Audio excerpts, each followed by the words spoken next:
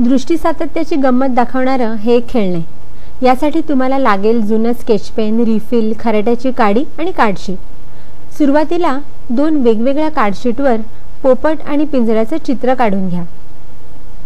एका जुन्या बॉलपेनच्या रिफिलवर ही कार्डशीट्स पाठमोरी चिकटवा.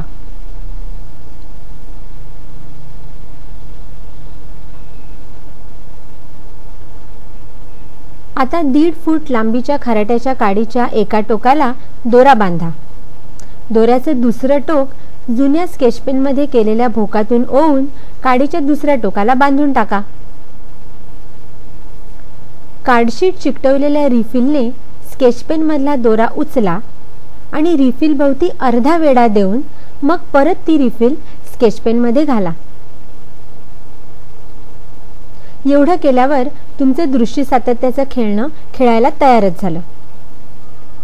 आता स्केचपेनला धरा आणि मागे पुढे फिरवा. रिफिल वेगात गोल फिरेल आणि तुम्हाला पोपट पिंजऱ्यात बसलेला दिसेल.